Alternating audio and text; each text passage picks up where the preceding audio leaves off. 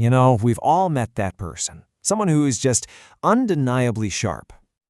I mean, they've got the degrees, they've read all the right books, they can hold a conversation on pretty much any topic you can think of.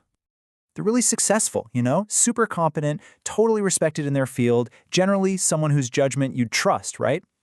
But then it happens.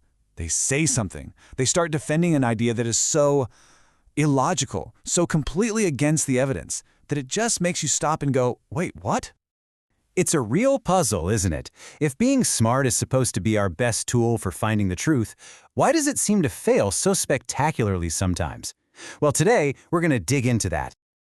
All right, so the first piece of this puzzle is realizing that we have a pretty big misunderstanding about what logic actually does in our brains. We like to think of it as this impartial judge calmly weighing all the evidence, but as it turns out, that's not really how it works. Okay, so look at this. This really flips the script on how we think. The myth is on the left. We gather facts, apply logic, and then we form a belief. Simple and rational. But the reality, well, it's usually the complete opposite. We start with a feeling, an intuition. That feeling cements into a belief, and only then do we call in our logic to defend it. I love this quote. It says, "Logic is a lawyer, not a judge." And that's it, right there. It doesn't search for the truth, it defends a position.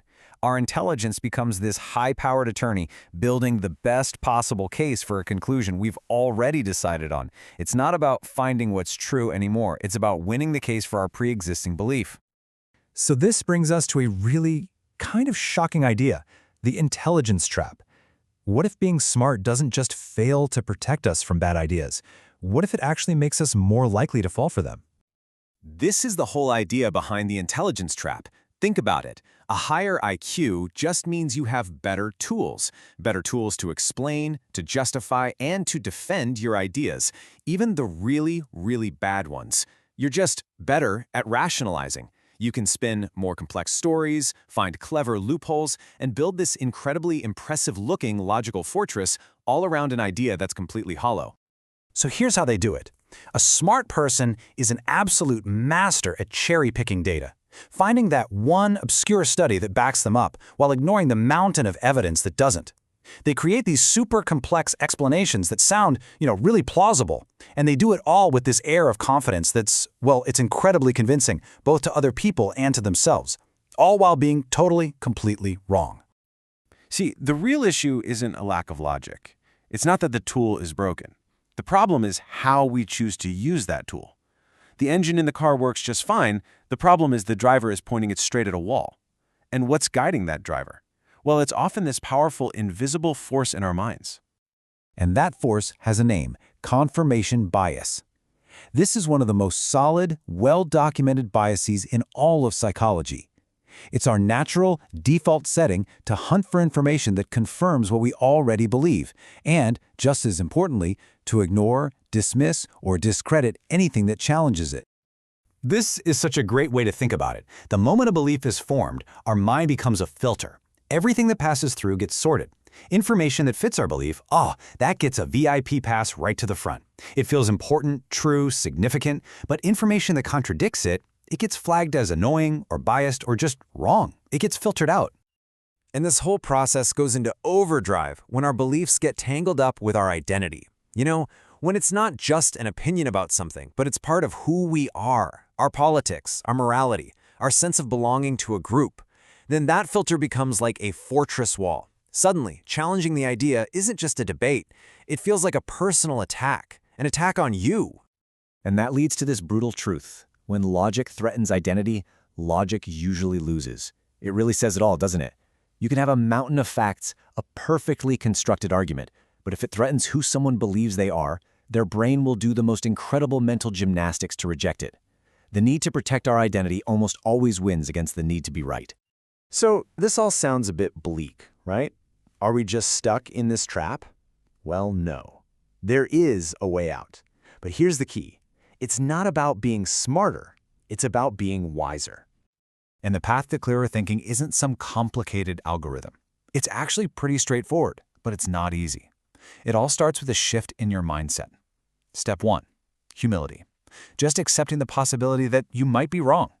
Step 2. Acknowledge your biases. You have to know the enemy, and the enemy is inside your own head.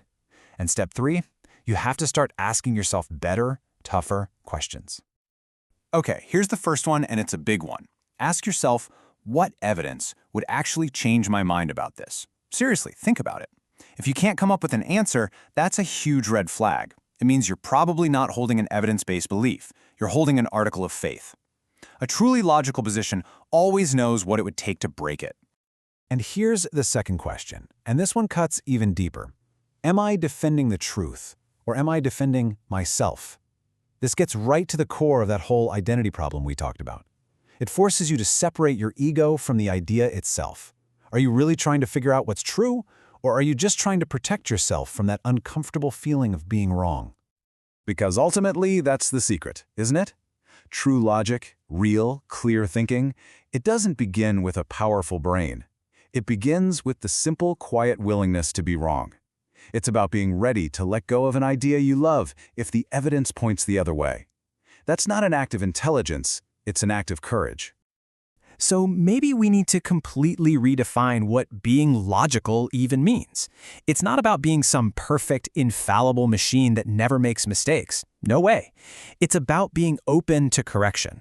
It's about being part of a process, a constant process of questioning, of learning, and most importantly, of being willing to correct your course when you realize you're going the wrong way.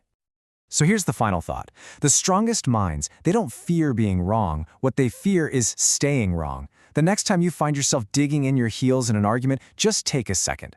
Ask yourself what the real goal is. It's not about winning or proving how smart you are. It's about trying to get one tiny step closer to what's true. Because the strongest minds aren't the ones that are always right. They're the ones that are brave enough to change.